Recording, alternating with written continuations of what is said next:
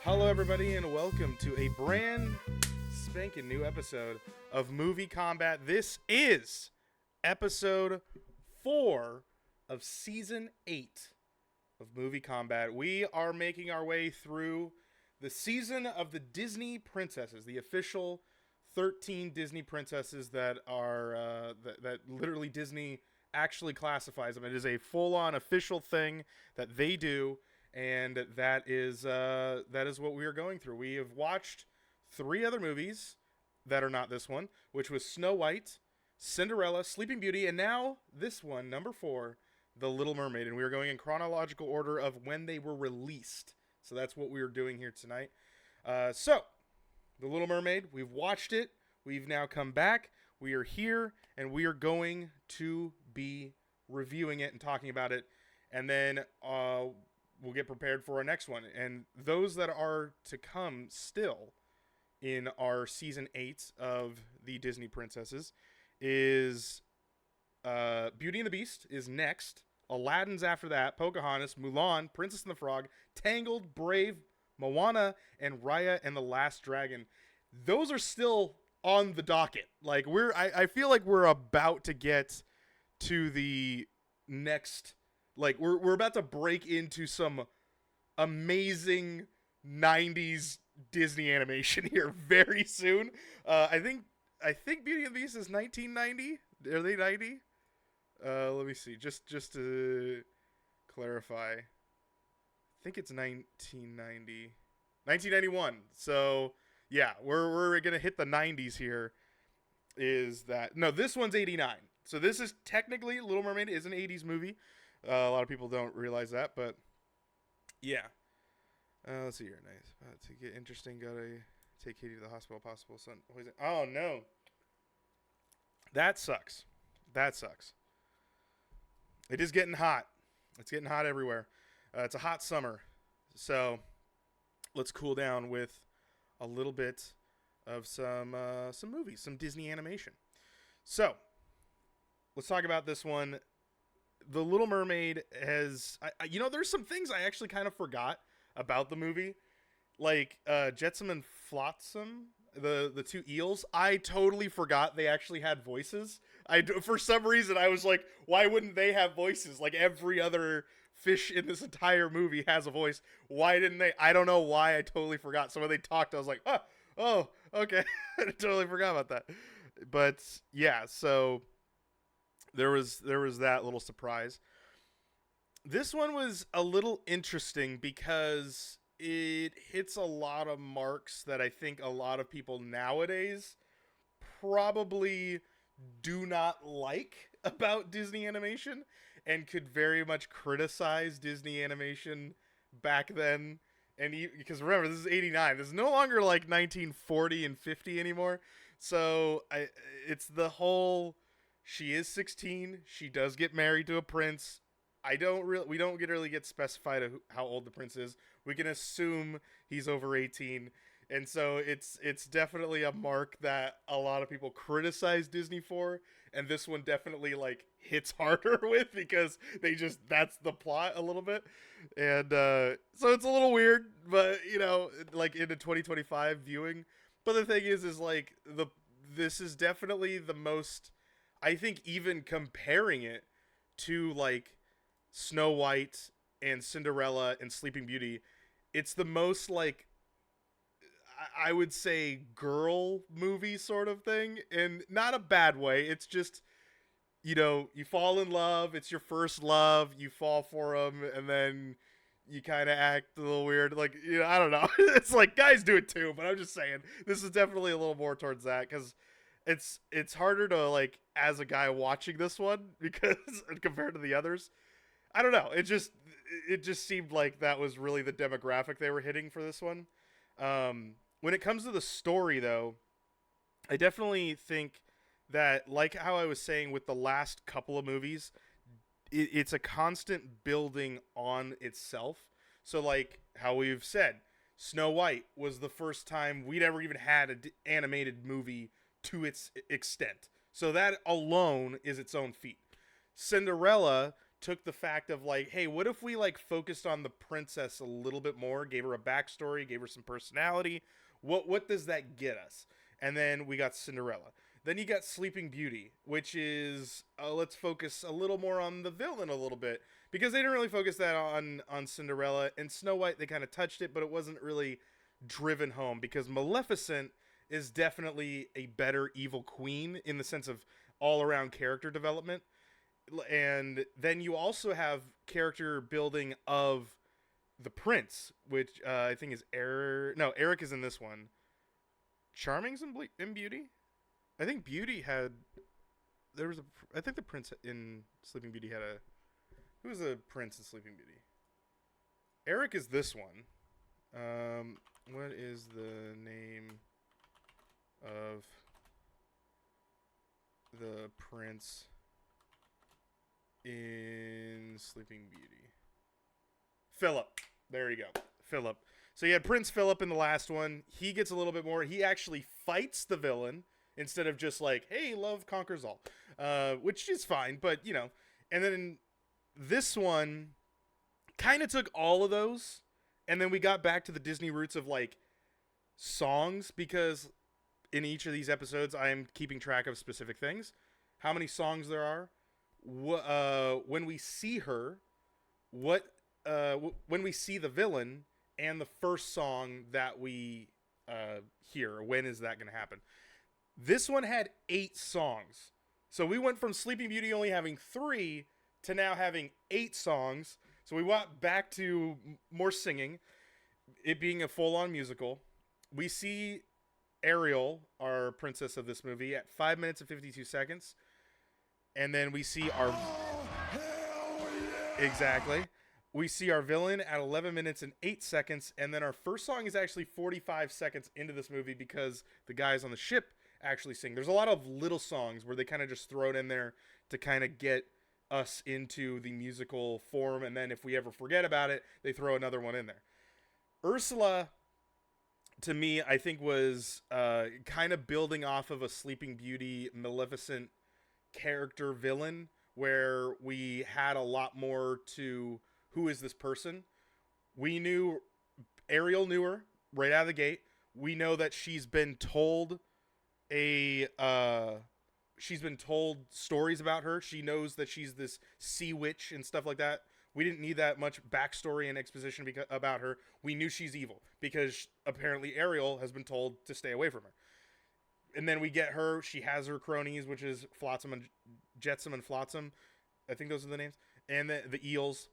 And you can see that she's magical because she can transform people into... She can give anything they want, but she tricks them, and so you get that villain sort of thing. It's all explained very, very quickly, which is good because it's like, she's the villain. No one cares. If you're a kid watching this, you know she's a bad guy. If you're a normal watcher of a movie, you do need the explanation because that's how a good story is written. That's what they did. They just gave it to you in like maybe less than 5 minutes, and you were right out of the gate, knew who she was. Which is great. So, I don't know. It to me, the one that it does fall a little flat is it kind of went the Sleeping Beauty route of our main character doesn't really talk the rest of the movie. I'm curious to know if someone wrote a factoid about that in the IMDb corner. But the thing is like, yeah, our main character has most of her lines in the first probably half of the movie, maybe a quarter. Half being generous, quarter being more realistic, and then she doesn't talk for the rest of the movie. Though, I am assuming because Ursula takes the voice, the singing voice of Ariel, that's Ariel's voice actress that is actually voicing her towards the kind of like the climax of the movie, and then eventually she loses the voice and it goes back to Ariel, and so there you go. So I think that there's a lot of ways that the voice actress got to like still be a part of the project, which is fine. But it did that thing where it was like, yeah, we had our main character do most of her stuff. We don't really need her to talk anymore because that's not how the story and the plot's going to move forward. So we need to rely on the back characters, which in this movie, Prince Eric has even more of a like reason to be existing. Like, yeah, they try to trick him into falling in love with her, which is whatever. But then eventually it's this thing of like he does fall in love with her, and then he actually does fight Ursula at the very end. So there's that. So it's a very like the character of Eric, Prince Eric, does actually have sort of a like storyline, which is good. I do like the fact that they gave the prince a storyline, because going backwards to like Cinderella and Snow White, I don't think would have been the move. Like, you gotta keep that character alive in story wise. Otherwise, it's kind of like, oh, he's just here and we don't really care. This is a Disney princess movie, and it's like, yeah, it's a Disney princess movie, but like you need to appeal to all audiences, which they did for the most part. The animation of this is also, you know, it's an 80s movie. You could definitely tell that there has been several Disney animated movies that have been between Sleeping Beauty and The Little Mermaid, because there has been. So the animation style has kind of its own thing. It's still hand-drawn at this point, which is great. Hand-drawn, pencil animation. The other thing about this is it has that funny, weird inconsistency of drawings, which I think adds a little bit of charm. I think some people probably would prefer it to not do that, and they go in and fix it. But like, to me, I don't know. I like the fact that we're getting like seeing weird drawing errors. Like, there was a like towards the end, there's a part where Triton is actually like he's with Sebastian and they're saying goodbye to Ariel and whatever, and he has this, I mean, not at the like during the wedding part, but before that, when she's like sitting on the rock and whatever, his eyes are like weirdly in different positions, because I think they're trying to make it so like he's moving, so his eye placement should be different. But it looked weird because he looks like he's looking this way and like all sorts of different ways. But it's those little imperfections that add a little bit to the charm of like 2D animation that obviously don't exist anymore because of how animation's done now with 3D. You can lock those eyes in, and then they can move around as a pair, the pupils and whatnot. So yeah, it to me, I don't know. I think that that's kind of a little charming and nice for the movie. The interesting also thing about this is like there's not a lot of setting for the movie, which is like I kind of didn't really realize until we got to the end. There's only about 4 different settings that we kind of keep coming back to. Is like we have the ocean, right? We have the ocean floor, and we kind of move around in the ocean, so you can count that as several different places. But more in general, let's generalize the whole situation. They're in the ocean in most of the part. Then their Ursula's thing, we'll get that part, I guess. And then we move over to on the beach. That several times we're on the beach. Then the kiss the girl scene when they're in that little like grotto area. And then we're in the castle.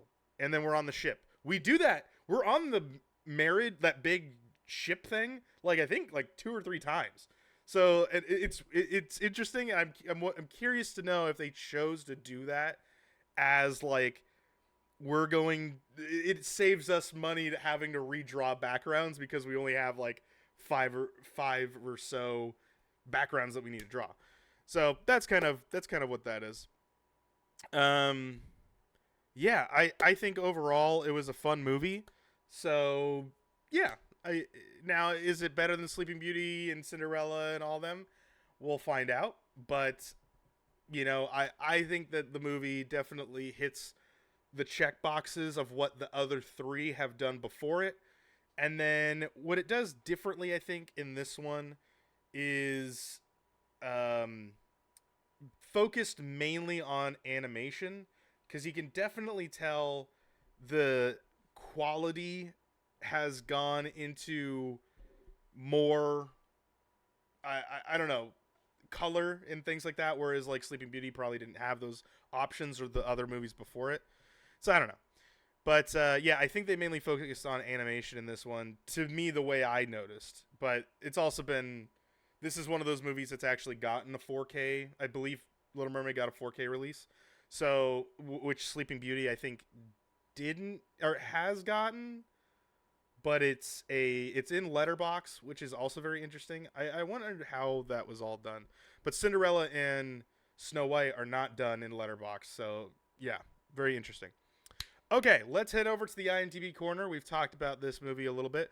Let's head over there. Let's learn some facts and maybe some stuff that we did not know before.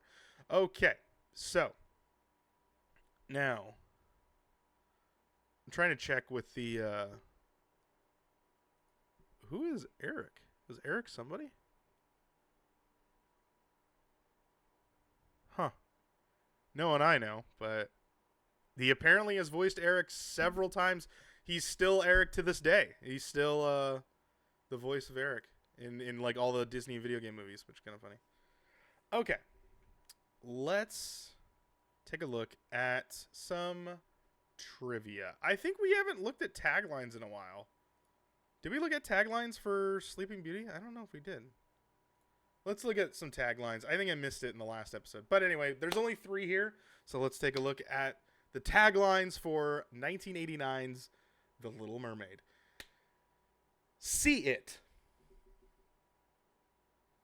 That's it. It's see it. S-E-A it. I'm going to give that one to him. That was a clever one. Somewhere under the sea and beyond your imagination is an adventure in fantasy. Okay, a little wordy on that one. I don't know how they fit that one on a poster. Love has no boundaries. Okay, weird, but fine. I think see it kind of wins that one. All right, let's head over to the trivia, shall we? Oh. I don't know what that was. Oh, are we frozen?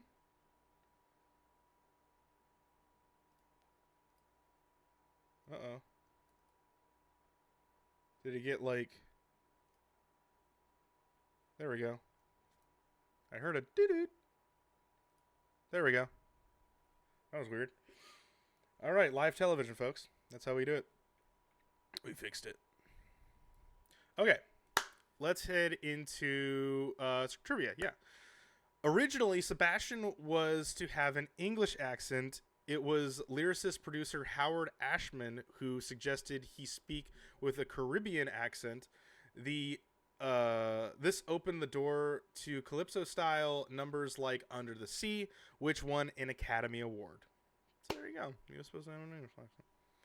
The opening scene when King Triton arrives at the arena, Mickey Mouse, Goofy, Donald Duck, and Kermit the Frog can be briefly seen in the crowd of sea people as mermen who he passes over them. Yes, I think we've seen that is a thing that that happens. So they had the second one in a 12 font. What?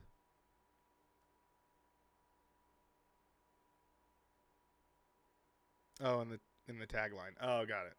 I don't know what that means, but okay.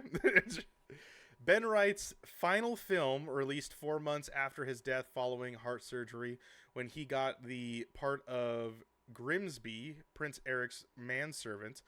The younger Disney folk had no idea that he had been the voice of Roger in 101 Dalmatians and Rama in The Jungle Book. He had to tell them. So Ben Wright is the guy who played the manservant of Prince Eric, the guy that was like on the ship, presented him with the statue and things like that. That's him. And unfortunately, released 4 months after his death following heart surgery. So he was never actually able to see The Little Mermaid, which is a bit of a bummer when actors don't get to see their performance in the movie. Ariel's rendition of Part of Your World set a precedent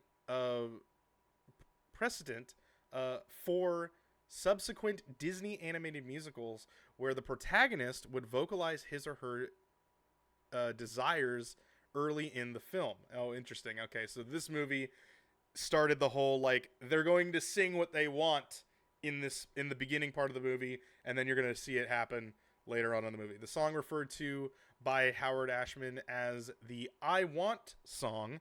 See also Belle in Beauty and the Beast, One Jump Ahead in Aladdin, and I Can't Wait to Be King in The Lion King. Just around the river bend in Pocahontas, out there in The Hunchback of Notre Dame, Go the Distance in Hercules, Reflection in Mulan, Strangers Like Me in Tarzan, Perfect World in Emperor's New Groove, I'm Still Here in Treasure Planet, and Almost There in The Princess and the Frog, while When Will My Life Begin in Tangled, and For the First Time in Forever in Frozen, and lastly, How Far I'll Go in Moana. It is still going to this day. They will write a song that says, I want this, and they sing about it. So I've never noticed that. It is funny because as soon as that's said, it's like, yes, there is an I Want song in pretty much every Disney movie that's good, essentially. This is the movie, this is another fact now. This is the movie, along with 1986's The Great Mouse Detective, also directed by John Musker and Ron Clements. And 1988's Oliver and Company, whose opening song "Once Upon a Time in New York City" was written by Howard Ashman, the guy who wrote this music for this movie. And in 1985, debut of Walt Disney Pictures television animation and its first program, Adventures of the Gummy Bears, that brought Disney into the Renaissance era in 1989 after repeated defeats in the box office. So that's a very big thing. It's a very big thing to note. So the Renaissance era starts now with Disney animation, which before that, Disney was just hitting stinkers. They were screwing things up so bad, and they just couldn't hit one. Then they made this, and this kicked off the Renaissance era of Disney animation, and we now go into the 80s. We're finishing out the 80s. We go into the 90s, and we have some amazing films that are about to happen very, very soon. So, let's head into. It's connected to the old mill. Interesting. How's that? When Sebastian begins the song "Kiss the Girl," saying "wins," is recycled here. Oh, weird.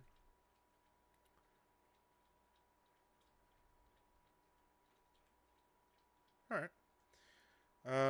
Let's see what else. It released November 17th, 1989 in theaters. That's the actual release. Hey, we actually got a release date, whereas the other ones were the other ones. Okay. No, we had the release date. It's when we get to the box office, because the movie has been released several times. But according to this is actually November 19th, 1989. They actually put the year. So they actually did get the year for it. So they must have not been keeping track of it back in like the 40s and the 50s, which I guess makes sense. But anyway, here it is. The budget is $40 million. That's how much it costs to make this movie. And gross in U.S. and Canada is $111.5 million. And then opening weekend U.S. and Canada was $6 million, November 19th, 1989.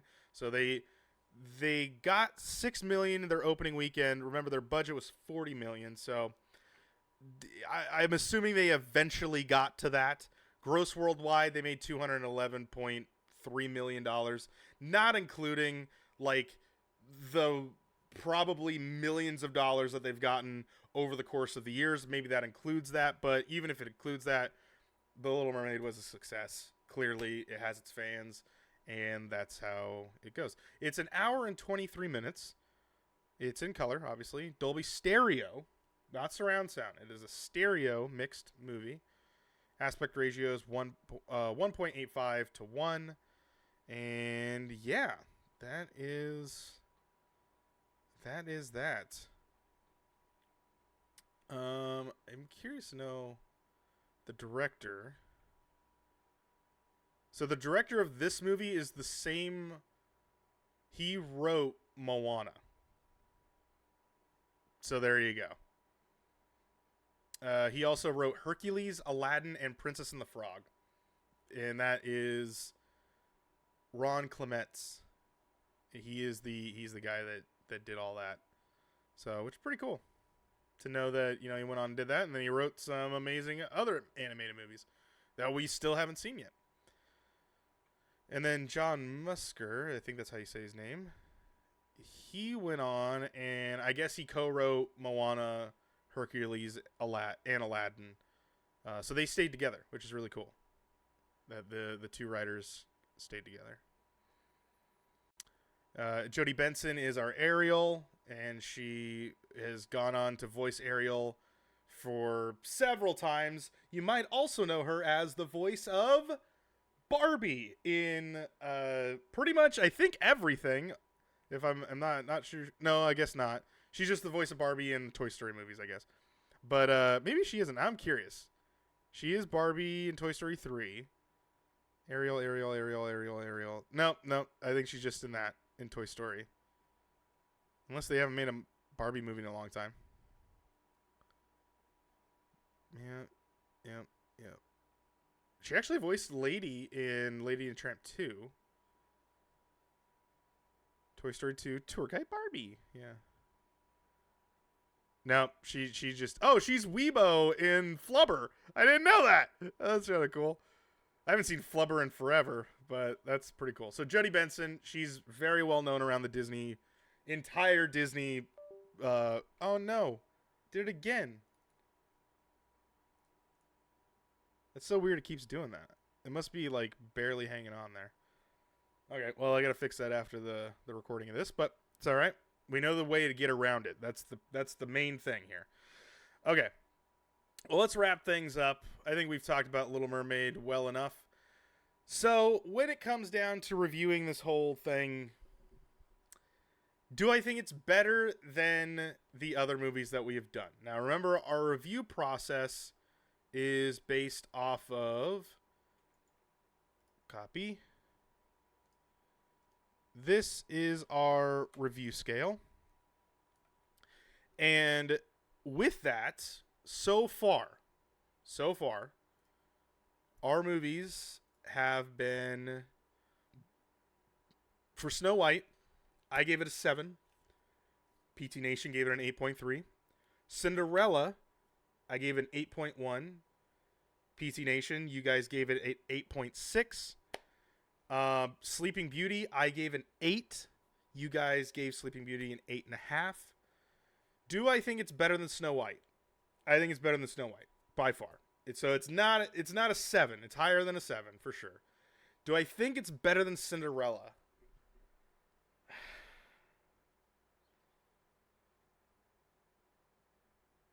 I don't know. Because after rewatching this, I really did like Cinderella. But the thing is again, you have to... I mean, looking at the prince, he wasn't that big of a thing. That's why I docked it a lot of points. So why I didn't put it any higher. Sleeping Beauty, I think it's kind of sitting in the same spot because they did kind of the same thing where Ariel kind of is there, and then she's kind of just a prop after a while. And I just don't... I don't know. I don't really like it when they do that. Like, I liked the beginning half of it, and then it kind of focused... It took its focus off our main character, and then drug it over to our villain and our side character, which Sleeping Beauty did the exact same thing. So, I think for that, I'm going to give it an 8. I don't think I'm going to give it any higher than Sleeping Beauty. I think I'm going to go with the same score. Okay, so I'm going to go 8 out of 10. And then if there's anybody else that would like to review, you guys have another 10 9, 8, 7, 6, 5, 4, 3, 2, 1, and then I'll wait a couple seconds for if that will happen. And voting is closed, and it means I think there might be. We haven't gotten there yet. I don't think we've gotten there yet. I think there's also movies that if you haven't seen that are on this list, which it seems like Raya and the Last Dragon is one of those movies that no one has seen. I have seen it. The Princess and the Frog, I think a lot of people haven't seen because it kind of came out at a weird time. I think people are going to like those movies a lot more than they think they're going to. I don't think they're going to be 10s, but I think they're going to be a shocker for you guys. A lot of people think Beauty and the Beast is one of the best. We'll see. We'll see if they do any better. Aladdin, Pocahontas, Mulan, Princess and the Frog, Tangled, Brave, Moana, and Raya and the Last Dragon are all still to come, which are very big, amazing movies. I don't even remember the last time I've seen Pocahontas, to be honest. But I know that the colors in that movie, hence there's a song that is Paint with All the Colors of the Wind, and it's a very beautiful movie.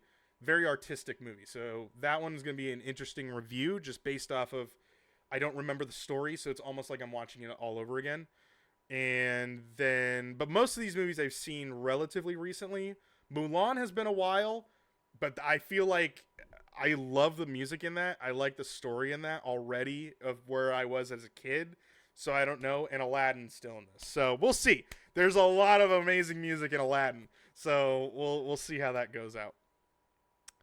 But yeah, so I think for this episode, I think we've kind of come to an end. So the final score for The Little Mermaid is an 8 out of 10, which makes it a, I even forgot about it. I think it's, what do we call that? Marvelous movie. It is a marvelous movie. 8 out of 10. You guys gave it an 8.2 out of 10 from the PT Nation, and that will be it for this episode. Thank you guys so much for watching. If you want to watch more, make sure you head over to twitch.tv/Primal_Target if you're watching on YouTube. And if you're watching on Twitch, make sure you head over to YouTube and go and check that out. Just search Primal Target, and we will be there. Hit the subscribe button, same logo and everything. And this season we're recording all these now, and then we will post them as they are all done so that they are consistently posted. So you guys on YouTube will actually get this after it's all done. But the good news is you guys can check out the new season over there on twitch.tv/Primal_Target, which could be anything. So make sure you check that out. Thank you guys so much for watching. I'll see you guys in the next one. Good night, everybody.